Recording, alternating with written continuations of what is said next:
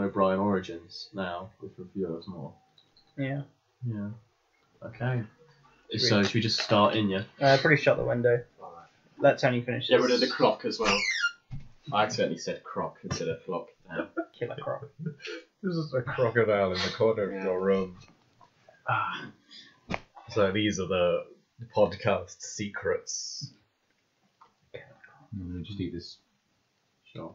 It's like a Charlie and the Chocolate Factory. He gets that one chocolate bar. It makes it last a year. Is this like? Because we joked about keeping the start of the. Is this going to be another just randomly tacked Don't we onto want the our, end? don't we Just want our random- listeners to get to know the real us? No. What we do behind. Hello and welcome to. Uh, Do you want to do the intro? Yeah, I can. Right. Hello and welcome to the second film in my trilogy that I've picked for our podcast, 12 Angry Films. There's a rebellion happening. Yeah. There's a coup. So I picked the Spaghetti Western trilogy, also called the Dollars trilogy and the Man with No Name trilogy. It's got a few names, so the only was a bit weird like that. We all know about it. Duck You Sucker. Don't we? Yeah, Duck You Sucker. And so the second film in this trilogy is called For Fewer More. So this is a film that's very, very dear to me. It's one of the first films I remember watching, if not with my dad a long time ago, so it has a special place in my heart. And as a result, it's a film that I will definitely rate highly and is among one of my favourites of all time, along with the third one, which we'll review at a later date. So the film is about two bounty hunters, and it follows on from the first one. It's kind of like, these films are essentially just is Clint Eastwood in another adventure, something he does later on, and blah blah blah blah blah. So none of them are connected by one story. It's all a different story each time. Although Jonathan has said he's getting a bit tired of it, which is fair enough. I can definitely see that. So in this one, it's about two different bounty hunters who come together to form a temporary what would you say? I guess an allegiance, partnership, I suppose, in order to take out a bounty, which is someone called El Indio, and it's the same actor from the first film, I believe is called Gian Maria Volante, I want to say. Yeah, so he comes back and plays basically the same character from the first film, but just in a different kind of adventure, a different kind of story. Well, to me it is.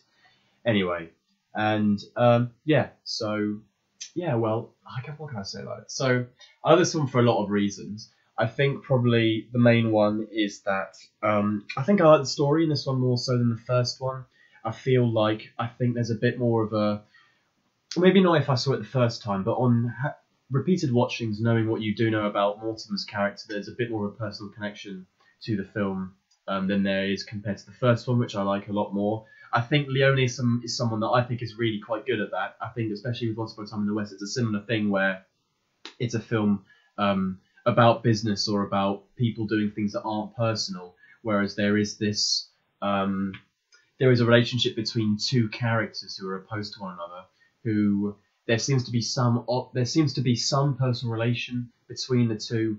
They don't reveal what that connection is until the very end, but you can always feel it, I think. Well, for me, I don't know. This is a film that you guys have watched for the first time very, very recently. I've been watching this film for years, so it's always felt like you can tell quite early on that this guy has some personal connection. By some, I'm talking about Douglas Mortimer here. How did you feel about it? Well, about the film in general, and I guess I felt there was vaguely something there, but it wasn't until he's just finally this is my name. Does that mean anything to you? That I was like, So nothing before it. I'm sure. I feel like the earlier flashbacks where it's him, where it's the husband and the wife, it's implied were you young once? It's it's kind of implied that it's him. I feel like the way it's framed, it's it's him. It's a crossfade from his face as he's old to the young version of him. Well, to me, I think I can tell. Actually. Yeah. And what about you? It draws less attention to it than Once Upon a Time in the West. There's no line where it's like, do you know this guy? Yeah. But it's kind of there. It's always there. He definitely seems like an interesting character. You think there's more to him than you're getting told. He's, to me, a lot more interesting than Clint Eastwood. Yeah. Sure. Yeah, he's introduced the film starts with introducing the Colonel. Yeah. This film understands that he's the main character of this story and not Clint Eastwood. Yeah, Which is a bit weird when Clint Eastwood is in it, and he still has that main character energy. Well, Mad Max 2 is like this, where it's not really about Max. Max just shows up and is a vehicle for the plot. Yeah. Like, so he comes in and helps people get into place, so they can defend their town from the bandits.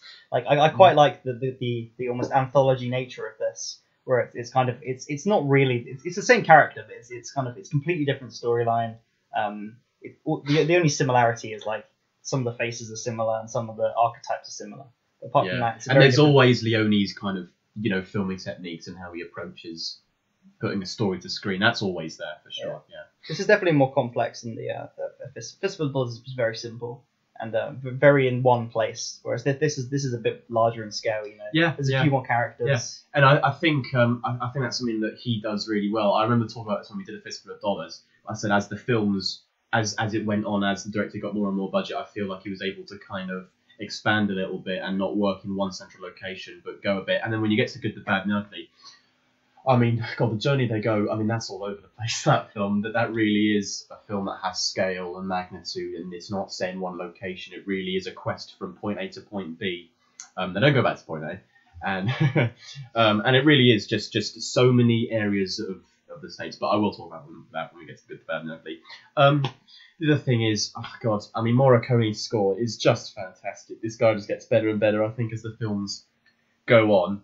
And I think that particular piece of music, the watch chimes, I think is quite possibly the most nostalgic piece of music ever for me. Whenever I hear it, whenever I go back and rewatch that final duel between Indio and Mortimer, it just fills me with emotion. It's such an important piece of music for me because I've heard it so many times over the years and I can remember it.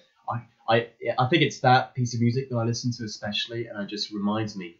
It just makes me go back to when I was 7 or 8 years old watching this film with my dad for the first time, one of the first films I ever watched. And it's just great. And again, I feel like with A Fistful of Dollars, that duel itself is quite, I don't know, I guess, well, there is a turn within the duel where you find out Clint's just getting shot, but nothing's happened, so many reveals that he's wearing the steel plate. I feel like this has a cool turning point in it as well, where it's not just a basic duel. You realise that Mortimer doesn't have the upper hand here. And then halfway through, Clint Eastwood shows up, points a gun at Indio, and reveals that he can continue on the watch chime tune for twice as long because he's taken it from Mortimer as well. And actually, you're going to have to remind me, do we know if Mortimer has a locket as well? Or do we only find out that he has a second locket? We see it quite a bit, yeah. Yeah, because I can't quite remember. But yeah, I mean, he'd only have that locket if there was some relationship to the woman as well. Yeah. I think. Sorry. I only noticed him. I never noticed him having it. I think it's still that bit where just it's quite subtle. He takes it out. That was quite clear. Well, the weird thing about the locket is both lockets have the photos of the wife. Yeah, normally that's what confused me. Yeah, normally it's the photo of one person, photo of the other, and then swap it around, but then they just both have the wife one, which is weird because then the wife, I assume it's a gift, and the wife would have had a locket to just look at herself, like, that's what I look like. I guess it's because, like, at the end you want it, so otherwise it's Mortimer with just a picture of himself that he's left, he's keeping around. It doesn't really make sense for either of them to have the photo of young Mortimer, to be fair. I always thought that it was she has 2 lockets that she gave to her husband and to her brother of her as, I don't know, as like a reminder, that I exist or whatever, I think. And the one that Indio has, oh no, that's not true. I think, I can't remember, in the flashback, when you see early flashbacks, when you see them on the bed together, as in the man and the wife, who gives who the locket? Because we do see it, don't we? I think. Does he give it to her? I think it's a gift to her. Yeah, it's a box that she's opening, I'm pretty sure, that has 2 in it. Oh, okay. Yeah, maybe that was all right. Maybe they're both for her. Maybe she had a spare. Yeah. Kill the spare. Anyways. Guys, better than the first one, do you think? I'd say I prefer it. I think the introduction of the Colonel as this second character I really enjoyed. I like how the film opens on him almost, and because he's doing exactly the same thing as Clint. So yeah, he's not a bad guy. They're just two characters who are kind of. I thought it was gonna be those two having a duel at the end. Yeah, me too. But like, I love the fact that it kind of subverts my expectations of them teaming up, because like that's what I was thinking. I was thinking like they're pretty much the same. Why don't they team up? And the fact that they did. I love that Clint's kind of better at close range, and he's you got the sense range. Of that. Yeah, like they've got their strengths and their weaknesses. I like his cunning. He kind of matches Clint Eastwood's character. I do think I'm not going to give him a name. I'm just going to call him Clint. Yeah. Well, he's got a different name. In the first one, he's called Joe. In the second one, he's called Monco or Manco or something like that. In the third one, Eli Waller gives him a nickname. He calls him Blondie. So that's basically what his name is. But so yeah, I think it's a nickname that someone assigns to him more than anything. Yeah. I think at this point, though, the character trait of being good with the gun is starting to wear a bit thin. Like they've used it quite a bit at this point, and they're like, oh. It's like whenever he shows when he goes up to the enemy camp or whatever, and someone shoots like half the cigar off his mouth. Like, you know, the film starts off with like, oh man, you know, these two guys who are like the best shots, and maybe the boss of the enemy group is also a good shot. But it's like, oh, now all the henchmen are good shots. Now fucking everyone is a good shot. It reached a point where there's a bit where the guard inside the bank just like walks in and takes out a sandwich, and I was half expecting that sandwich just to get shot, because that's just anything people put near their mouths or near their head gets shot. It's just... Well, I did have a turnaround of thinking when Mortimer drops his hat on the floor and Clint keeps shooting it. I was like, oh, the scene feels quite dumb. But then you realise like, oh no. Keeps going to pick it up to test how good a shot Clint is. And he gets to the point where he keeps missing, and then he shoots fucking Clint's that off. That's actually quite good. I like that. Yeah, no, I quite like the fact that with one of them it's shoot the hat, it goes off, the guy takes ages to pick it up, and then when you have the second half, it's just a quick succession of bullets, and you have that dynamic going on. I think it's good. Yeah, I don't know. I mean, it does help that I really love this film, but I think it does find new ways to not just be a complete recycling of the first film. I think there are more stuff. You're right. His character trait is he's good with the gun. But fair enough. And in this film, it is definitely more of that. But I think the fact that the story's different for me, the fact that I'm completely in love with Leone's style of filming means that I honestly don't mind just watching more and more of it, even if it is the same old. Yeah. For a second though, at the end I was like, I asked you like, is this an MCU film? No. So I asked you if this had an end credit scene, and you were like, oh no, it's not an MCU film. And I was like, I almost start to see your complaint of MCU films of like, even though they refresh the story, refresh the characters, there's something about it that just feels similar. And from this one, I was like, oh no, I'm seeing the same cowboy guy. And then this one, they keep the main character the same, but there's also no overarching plot thread to like be like, okay, well at least this makes sense as a sequel. I think it does do enough different to be like, hey, you know, it's worth watching. But there was a bit of cowboy fatigue I felt, and this is the second cowboy film I've watched. In all the trilogies we're doing, I'd say this and Indiana Jones have almost a similar element of they take the character and their job, and then pretty much everything else is kind of different. Yeah. Whereas the other two, I don't know, Godfather 3 is a bit different, but you know what I mean. No, I know, I agree. And also, I don't mind the whole, here's a character and we'll just throw him in a bunch of different adventures, like they do in Indiana Jones, where it's not just a continuation of the story as a three-parter, it's just, here's one adventure, here's a second, here's a third one, but it's with the same character and gets up to different things. But yeah. Also, the other thing I really like about Clint Eastwood is that I think we touched up on this when we did A Fistful of Dollars, but what I like about him in compared to, yes, and we do have to mention John Wayne, is the fact that we talked about how John Wayne is in his films is someone who always has the upper hand. There's never a moment where he's being beaten down or he's losing. And I think that in these films they do a good job of showing that Clint Eastwood is just a man. Yeah, he can shoot really well, but I don't think there's anything particularly superhuman about him. There are moments when he's not. It doesn't feel boring for me because there are moments when he's not doing as well as you think a superhuman would do. It does fluctuate. And in the third film as well, there are moments where he's being beaten or he's being hung, and he does manage to get away with it. But there are moments when I think seriously doubt is a strong word, but I definitely feel like that it does go up and down. He's not at top peak performance throughout the entire film. There are moments when Mortimer he's has not just in another world with my smartphoning his way through all the things. Yes. It's a problem. Done. I don't know. I feel though for most of it, he just is sort of like someone's behind, like 3 people are behind him with guns drawn, and then he just turns around and kills them all, or like again, not one person behind him just kills them. Got 3 people at the same time, just kills them all. It's for most of the film, he just is, and then there's just the one bit where he's moved, like getting down off a roof and kick someone, but they're waiting for him anyway because they know. It's like, and then for a bit he's being like, pushed around and done that, and then has a Godfather-esque move. Compared to the hand biting, there's a bit where someone's foot is between his shoulder blades and he's just stretching his arms back. Yeah, the bit where they get kicked around is quite a bad scene. Yeah, it feels a bit silly. Yeah, and so that's like the one bit where they're not in control, basically, and then that is just then they just get released as it's part of the leader's plan, and then there's just the kind of fight in the town where it's just like, oh yeah, they're gonna win. It's just,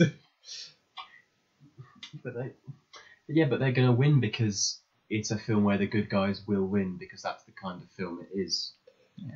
Yeah, but that has to happen. You can't watch a spaghetti western case that doesn't win. But, I mean, my problem isn't just that though. It's just that kind of sitting there just sort of going. Yeah. If it's meant to be like a complete, like, I don't know, it's reinventing the genre, it still ends the same way. They're just kind of sitting there. You can still reinvent the genre and still have a similar ending to all those Cowboys films where the good guy wins. I mean, do you guys want to see a spaghetti western where Clint Eastwood dies? No, that's the thing. I definitely don't. I don't know what that one that he directed was, to be fair. Well, Unforgiven. Yeah. But that's not a spaghetti western. Oh, okay. What's the only difference that it's made in Italy? I mean, I think it's just I think it just comes down to the way the film was made and the style, the technique. You can definitely do a western where the good guy dies. I think it's more of an issue of if the guy is set up to be too powerful, then that you won't doubt that they'll succeed in scenes, and so that'll make the film feel a bit more predictable, rather than just you needed to have a sad ending, And I don't know. I felt that there were enough twists and turns in like other aspects of the film, more of his back and forth with Mortimer, of like they tried to outwit each other, which was really interesting. Yeah, there was another bit where it just, because when he's sent into the town alone, and then he comes across 3 guys, and I'm just like, I have seen him go through specifically three guys so many times. I am done with this. And then he turns and shoots the apples off, and okay, now it's suitably different. And then Mortimer's there. I'm like, okay, you win for now, Phil, but only just. But yeah, that's one of my favourite bits, is the conversation, just the whole sort of bit where he's like, I knew you tell him to go north. I know you tell him that he'd get ambushed if he went north, so you'd say south, and then he wouldn't be so stupid and would say east because west is where you've come from. And it's just that's a good little 4-dimensional chess. I like that. I like that relationship where they start off together just because they have mutually they have the same outcome, but they never trust each other. And as the film goes on, I think they do start to like each other a lot more. Than by the end, they're practically saying, "Oh, old man, young man." There's a very cool moment where you think he's going to betray him, but he just gives him a little nick on his neck, and he's like, he'll check that. It's very smart.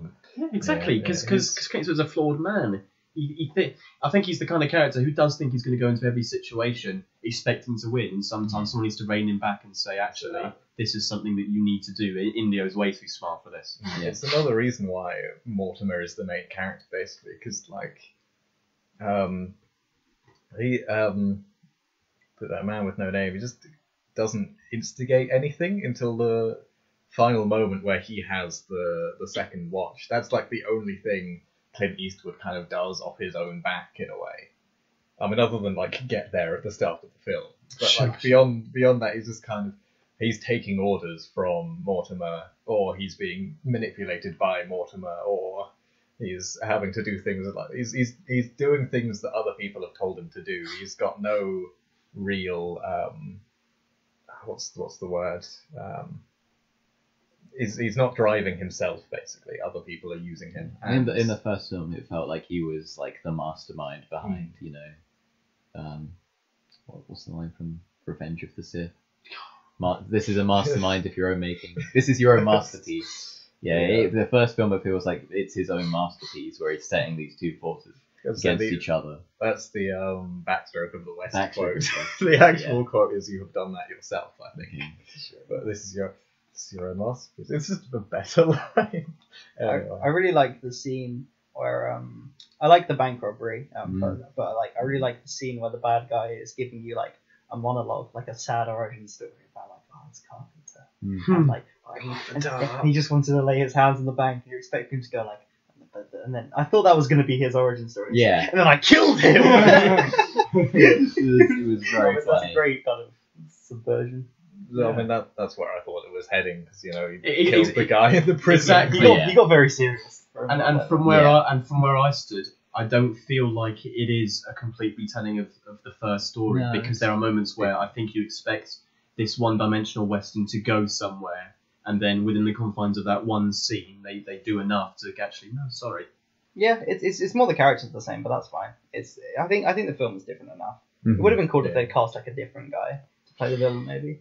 Oh, actually, no, but Like, I suppose for they would me, just I let like that actor actors a lot. back in there. terms of continuity, it's like in Doctor Who, and Peter Capaldi was just a character in an episode.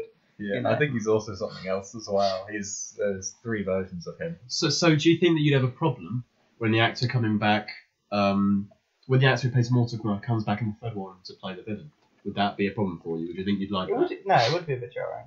I'd quite. Well, if I told you he played a villain convincingly well. I'm sure he would, because he seems like a very good actor. But like, it doesn't aid the idea that this is one continuous continent. This is one continuous character. Sure. It does give the idea that these are very. It's a different character, but a very similar archetype. Yeah, I mean, I understand that, but I still feel like, for me, I can separate the two films well enough, even if the villain is played by the same actor playing a similar sort of character, I can still, keep them separate. That's all right. But like, I get that these films don't really tie together in any particular way. They're almost 3 standalone stories. Do you know what other scene is quite like cool? Mad Max. The scene where they're preparing to rob the bank, the bad guys, and you get shots of them all counting to see how long it takes for the guards to walk around the block, and I quite like that. Actually. Yeah, that's a good scene. That's good. Quite tense as well. Apart from the fact that he was covered in a tiny bit of shadow under a staircase, and his horse is next to him. He's very clearly visible, and we don't see him. Yeah. Fair enough. I'll let you have that one. I also quite like. I don't know. I honestly, I think it really, and obviously, I'm sure all of you will see where I'm coming from. This, I think the fact that this is such an important film to me means that I can kind of look past all of these dated issues. It doesn't really matter to me that much. And even if there are some moments where the back and forth banter isn't that great, it still makes me laugh. The part where Mortimer lights his thing on the back of that guy still gives me a chuckle every now and then, even if it wouldn't. It's just I'm accustomed to watching old films and them being old fashioned and them being actually that moment. Yeah, I mean, that kind of shows its age a little bit. It doesn't matter to me. I'm okay with it. There are a few moments where I definitely think this film ends really strong, but in the middle I was like, ooh, some bits are really, really sagging here. It did sag a bit. Yeah. There's where he goes to that one inn, and there's the fucking person who works at the till and her husband, just them. It's like, this doesn't need to exist. This is really bad. Do you guys like the kid? Kids are Yeah, the kid was good. I think the bit that I felt sagged was when they were kind of. They went to, they do the bank robbery, and then it's from doing the bank robbery to the end. I felt it dragged a bit there, like in the being captured and then being released. And like, I haven't actually captured. Sure. Like, there was a bit too much of that stuff. But then it comes back with the ending. You do. Oh like yeah, the duel. I do like the duel because it's such a name.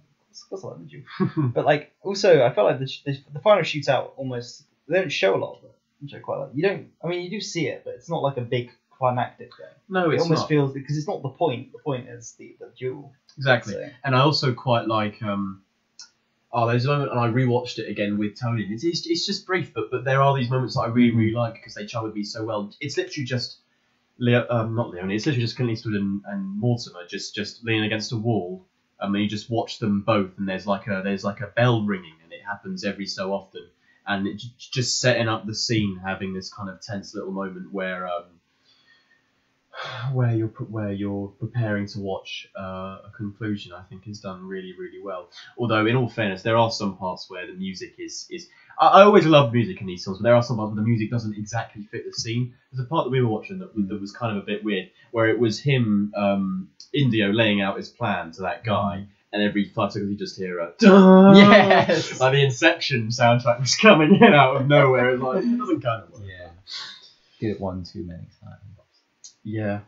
So I want to raise the scene where Mortimer and Clint Eastwood like properly meet for the first time. Yeah. Well, where is Clint just punches him outside of a bar, right? Outside There's of the bit where his they see each hotel. other from the windows. Oh yeah, that's a really good one. That's really good. That's a cool bit. But because it's a really cool film with a lot of cool moments.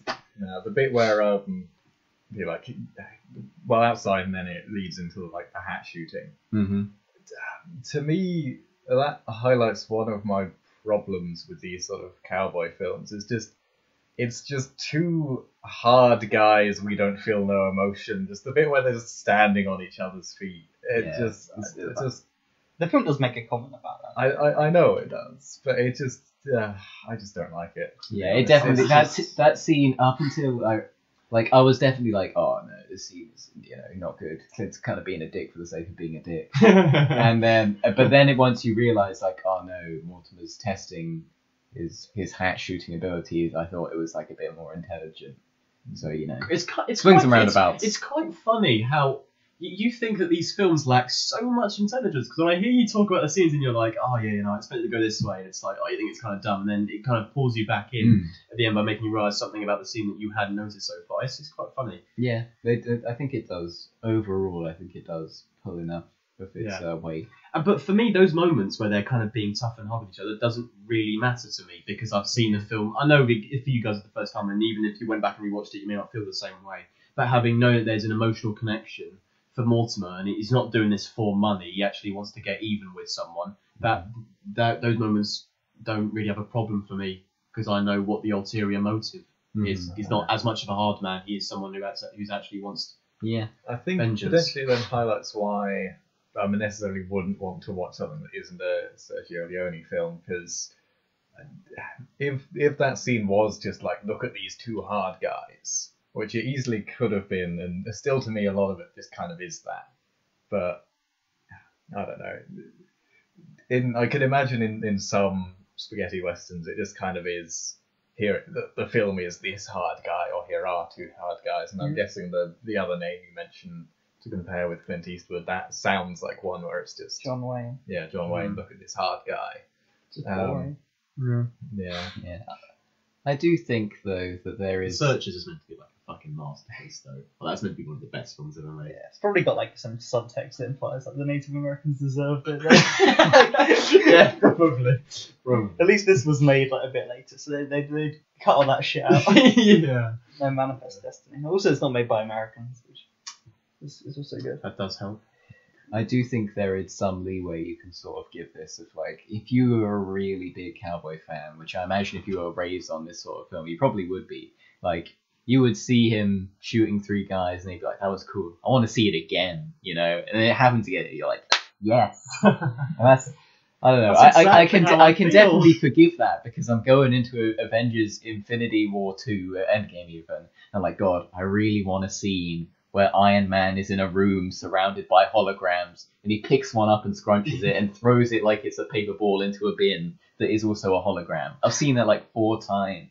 But I want to see it again, Ethan. So I really do sympathise with that sort of like, it's sort of iconic, it's like you sort of forgive it for its, rough edges for the charm it does have, in my opinion. Yeah, I also really like, I think hearing those watch chimes in the final duel wouldn't have the same impact if you didn't hear it before most moments before, as in particular scenes. I really like the scene when I think you hear it for the first time. It's between him and Jill with someone else after he's just killed his wife and child, He starts and that smoking part's some quite weed. sad. Does he? He's smoking something. It's not cigarettes. Really?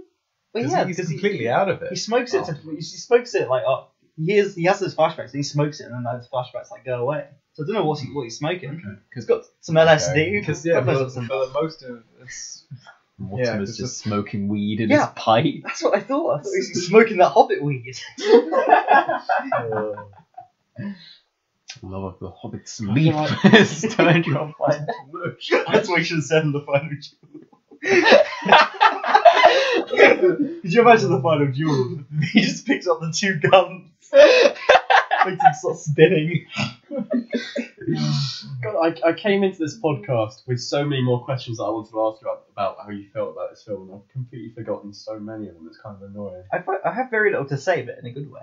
It's very much, yeah. I don't know how much like nuance and depth there is to the film. It's very matter of fact, but that's a good thing. Like it's a spaghetti western starring Clint Eastwood, but the only difference is there's a new character this time. Also, the villain's got a bit more depth. I definitely agree. Like he's a more interesting villain. Like he's harder to get to. I like that they go undercover with him, Yeah. even though there's like that 10-minute stretch where he's like, but I knew that you were. Where I was like, come on, get on with it now. He's a duel. What are you gonna do? Yeah, it's definitely a better villain. And another great character. Because in the last one there was the guy who owned the shop, you know. And this time you've got a character who's got more impact on the plot. It's I think it's just a superior film in every way. Kind of makes the other one, which is still a good film, slightly obsolete because it does everything better. I would agree with that. I definitely feel that this has a lot more scope to it, but there's something about the fact that the other one was just the one that I saw first. So it was the first time I saw him pull out the gun from his hip and shoot like 4 guys instantly. And this is just like, sorry, but you know, I kind of get the cowboy thing now. It's like, okay, I get it. It does feel like the sort of, like with sci-fi, you know, there's a lot of different things that people do with it. And this is like, oh, cowboy, it's always going to be a desert with a guy with a hat and with a gun that shoots 4 guys really quickly with a duel at the end, you know. It does feel a bit shackled to that. But again, I suppose I could see really liking that, just even though it does feel cliche, because, you know. So does that mean it's that cliche you take 'cause more it's of an good. objective view on your rating for this film rather than a I subjective would one? try and be a bit more objective, because it's like, yeah, I could have just seen this one first and be like, oh, the other one is shit. Especially since there's no reason that they're in this order other than the fact that, of course, they were released in that order. But like, if you really think about it, like, if the continuity's not there, I suppose the budget increases over time, which is, you know, fair enough. Yeah, but then you could say something about the Indiana Jones films, couldn't you? I mean, they could be arranged in any old order, couldn't they? I know, It's just because of release. The Crystal Skull really calls back to all the other excluding ones. the 4th one, which doesn't actually exist, or shouldn't actually exist, the 3 films that do matter, they could be arranged in any old order. Yeah, X, Y, Z, I think the order's pretty good because the first one does well to establish who he is. The second one already has the establishment, but it's obviously set before, and the third one brings back a few elements. But also it does start with his childhood, so you could watch it in any order. But I think, I'm glad I watched this after the first one because it's almost it's the problem I have where I played Arkham City, loved it, tried to play Arkham Asylum because it was a sequel that built on everything. Same with Portal 2, Portal 1. It's almost hard to go back to the original because the sequel builds on everything. That's why I always like to watch the earlier ones first so I can see the evolution of the series. Like going back to watch the other one now, I don't think it would be half as good because it would just be too simple. Haven't seen what it could be. You get me? And that is good then, because I also think that you will like the third one the most, so they get better and better and better rather than starting off strong. I think order of release is often what you should do, unless it's like completely broken. And they release like Halloween. Like Mother 1, people are like, just don't play that, just go Earthbound, and then Mother 3. So Halloween H2O before the original one? No, the original's good. That's like the one good one, isn't it? I'm pretty sure, yeah. The second one's bad. Is it? Yeah. Oh no, third one. Third one's the one that's like just hasn't even got Mike Myers in. Shut up. Yeah. Is there actually a Halloween film without Mike Myers? Halloween 3 is just about haunted masks. It's Michael Myers, I think, right? Mike Myers is the guy who did Shrek. Yeah. I mean, I'm not saying they're the same guy. I don't know. I think I agree with it. Makes sense to go from almost worst to best, so you don't have that. Your expectations rise as the thing rises in quality. But for me, I normally just like Harry. You went back and started with like the first XCOM. Oh yeah, because like I don't want to play XCOM 2 and then be like, where's this great feature? Yeah, for me, I'm just like, just play the best version. That's all you need. Yeah. Well, maybe we should just started with the third film because the best one. You should have just reviewed it on its own and tripled the score. Yeah. So that's slightly what I'm worried about for the good and bad and the ugly. It's just that I'll be You gotta try and judge it on its Clint own merits. Eastwood's just out. Yeah. I want to know how many times now I have seen him just walk up, flip the poncho over his shoulders, To be fair, hand That's flip Clay, it is gets out cool. the Poncho cigar. flipping reveals his gun. it's cool just- every seen it so time, many but you times have now. seen it. I don't know. How many times have I seen Legolas spout random exposition? It's that just we different told you? exposition each time. It's the same poncho. It's the same handling. It's the same gun. It feels like the same line over and over again. The purpose is still the same thing. The purpose is he still says the obvious. I can look at the screen. I can see. I can hear the horn of Gondor. I can see the fucking orcs. All right. The thing with Lord of the Rings though is you sort of give it a pass. No, in comparison to this, is you know that's building towards an overarching story. This is like, oh, he's gonna infiltrate this gang, and I bet in the next film he's gonna have to work his way up from the ground of the next gang. Okay, so just for the record, if your actual problem is that he's going to infiltrate a gang, he doesn't infiltrate a gang in the first film, That's so it's good. okay. I mean, the third film could be the massive twist on all our expectations. He gets killed in like the first 2 minutes. Actually, he kind of does infiltrate a gang, but it's only and I mean this, only for 5 minutes before he flips him Okay, over. fair enough. I do. In fairness, like 5 minutes after infiltrating this gang, he kills 3 of them. So Yeah. Like I don't know what I like. That actually, it does make sense that he's like I didn't trust him because he's so obviously. He's like I'm here to kill you. no, he doesn't even say no. God, we should trust this guy. You were joking, right? This is my problem. This is one of the things I've noticed with these type films is no one wants to ask a question. Just like when they get free. They trust Indio. No, Yeah. but my point is, like Too Clint mysterious. I see for myself their own Clint and good. Mortimer, when they get released, don't question it. They just leave. Yeah. And then the guy who like frees them is, I think he's one of the few people I've ever heard in one of these films say, "Why did I do that?" It's just no one wants to ask or answer a question because that would be to show weakness, and weakness can never be shown in these films. How much longer do you want to go? I feel like we've been a bit negative, and Yeah, I do think don't want to just become like memes. No, no. What you don't want to become is you when you read one of my scripts and you just write 3 pages of criticism. That's just what you Like do. at this point, I feel like we've said everything. No. Like positives only? Question mark.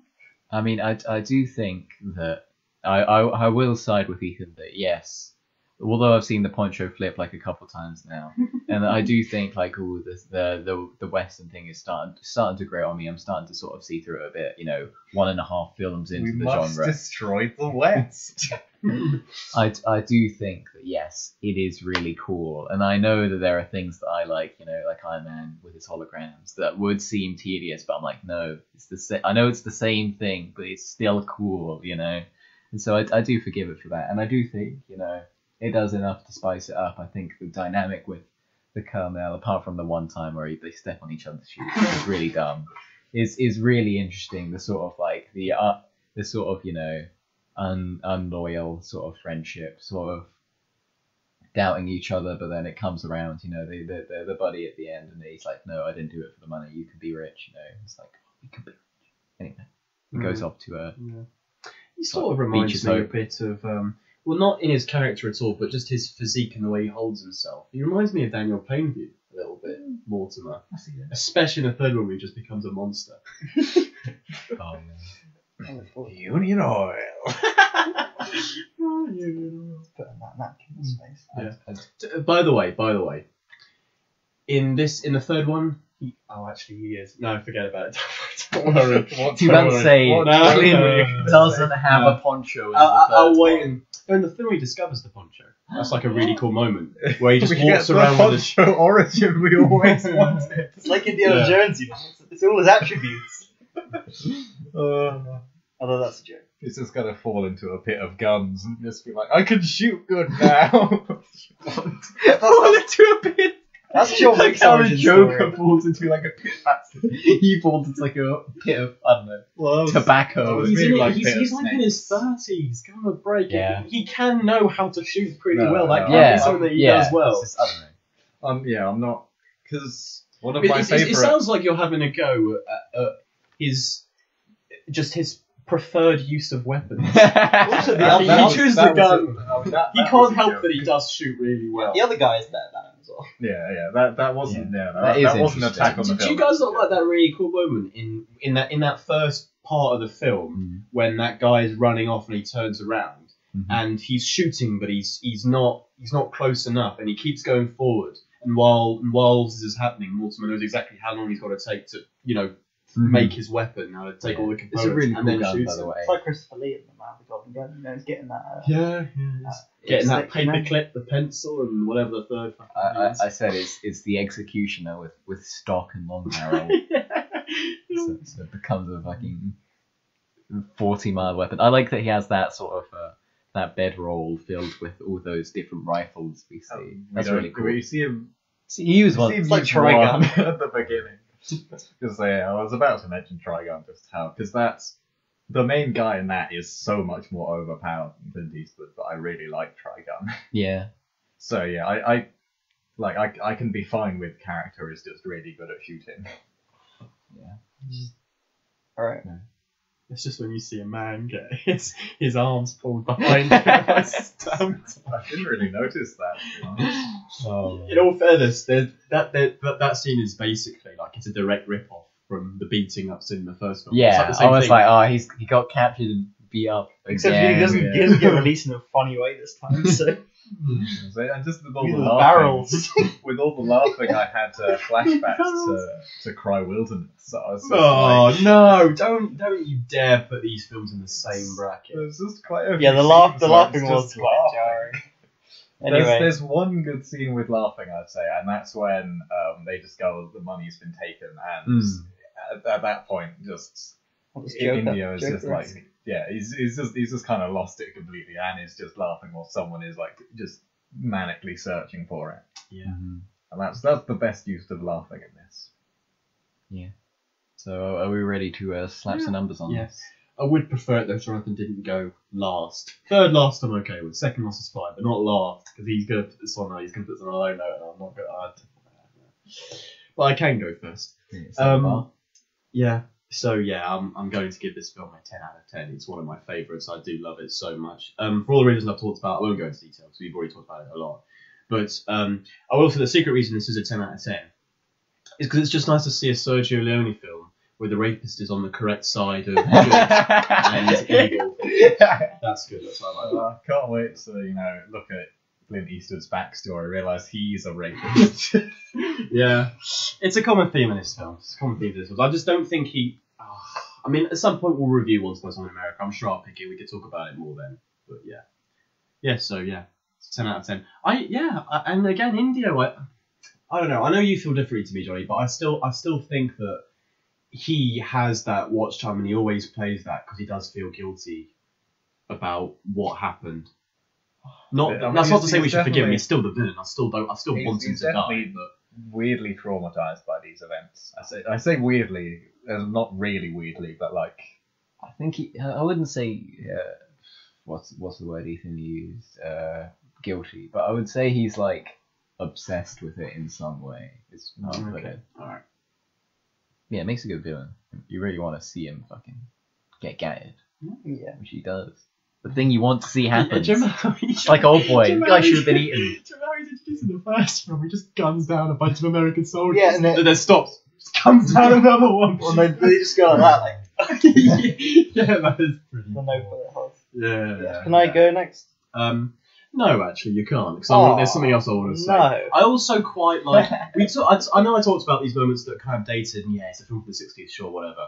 But the other thing is, I know I said that I don't mind them because I've grown up watching these films, so they're okay. I also like them because I feel like they. It's the same reason I like all of the piss poor shit in Silent Hill 2. I feel like the poor stuff is what gives it its character. Is kind of what makes these films what they are, and because of that, I don't mind it. You can't have light without dark. Sorry, you can't have light without dark. You can't have good without bad. You have to be. Well, you don't have to be. You can be whatever the fuck you want. I try and judge things by the time they're made.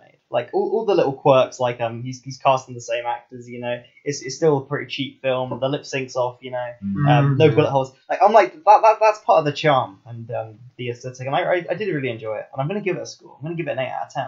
And I'm gonna say once again, it did remind me of Mad Max 2 in this weird way that it's a character at which you've already seen what he's about, rocking up to a new scenario, interacting with a bunch of new people. Except in Mad Max 2, he has 16 lines, 2 of which are "I'm only here for the gasoline." So he's got a little bit more depth than Max, who is just mad. All right. Jonathan, would you like to go next? Yeah. I'm gonna give it a high 7. Oh wow, Jesus, where'd that come from? I didn't think you liked it. Where did that come from? No, I do like it. It just it has its problems, but it's I don't know. For I do now, prefer it than the first one. yeah. Better than Godfather. God, actually, yeah. Did you give that a 6? The Godfather. Yeah. So you like it more than the Godfather? It is better than the Godfather. Oh, fucking legend, yeah. But yeah. The fucking Godfather. Sorry, Johnny. Sorry. Terry Pratchett masterpiece. Yeah, I mean, it is a well constructed film, and it does have enough twists to keep you going and interested. But I'm unlikely to watch it for a second time because it will just be worse. Sure. Yeah, I think Jono's got a solid point there. Do you have anything else to say? Or should I? Okay, good. I'll agree with that. I think, although you could see this film as technically like the better version of the first film because it throws in like the Khan, it makes the overall story a bit more emotional, a bit more complicated. I think the first one, being shorter, being more streamlined and simple, something that tends to, I think it helps. It matches the genre better of the Western story, in my opinion. And I do feel like it is a bit harsh for me to be like, I probably didn't enjoy my time with this one as much as with the other one, just by virtue of having already seen so many of the tropes before. And so it's not really as much of a comment on the film individually. But, it's still really good. It's not like I suddenly hate the Western tropes or anything. I think there will probably be a time in The Good, Bad, and the Ugly where he turns around really quickly and shoots 3 guys and flips his poncho. I'll be like, you know what, it's still cool. You know what, I'll be watching that soon, and I'll look out for it. We watch them together. Yeah, definitely. Yeah. I don't have much else to say. I think I'll agree that it is a solid 7 out of 10, and it So it's worse than Fistful.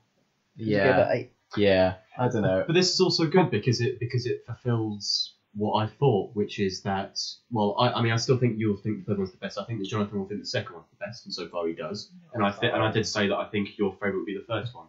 And I said it would go downhill. I do think maybe if I had left more time, or if I had been in more of a Western mood, because I went straight from Lord of the Rings, fancy all elves and shit, and I was like, oh man, regular humans, the men are weak. That's my. If you watch the extended edition of this film, you have a bit where Elrond just walks up to Clint Eastwood. They have a showdown. They stare at each other, and he just goes, "Men are weak." No, it's the kid that is Clint Eastwood's informant is replaced with like Pippin. I thought this kid informant was Elliot Cass. The bit where Clint Eastwood is tired of giving the kid more money, so just tells them to commit suicide. I think you're all being a bit harsh. I mean, Gandalf claiming that as a joke. You're being one Pippin to kill himself. Yeah. I don't know. There's a lot of you're the one giving us your Gandalf theory. You know how much he hates hobbits. He was quite mad. I'll give him that. but it was just something mad that he said, in my opinion. Yeah, it's not like he hit him or anything. You know what it's like? It's like that scene in 12 Angry Men where he says, "Oh, this phrase, I'm going to kill you. How many times have we used it non-seriously?" It's the same thing. Gandalf, in the heat of the moment, says, "Oh, you should kill yourself." He didn't mean anything by it. Yeah, I mean, well, there's Some actual kind line of isn't public that, avenger. but yeah, it's just, I know. I can be Throwing both those sides. holograms. Are we done?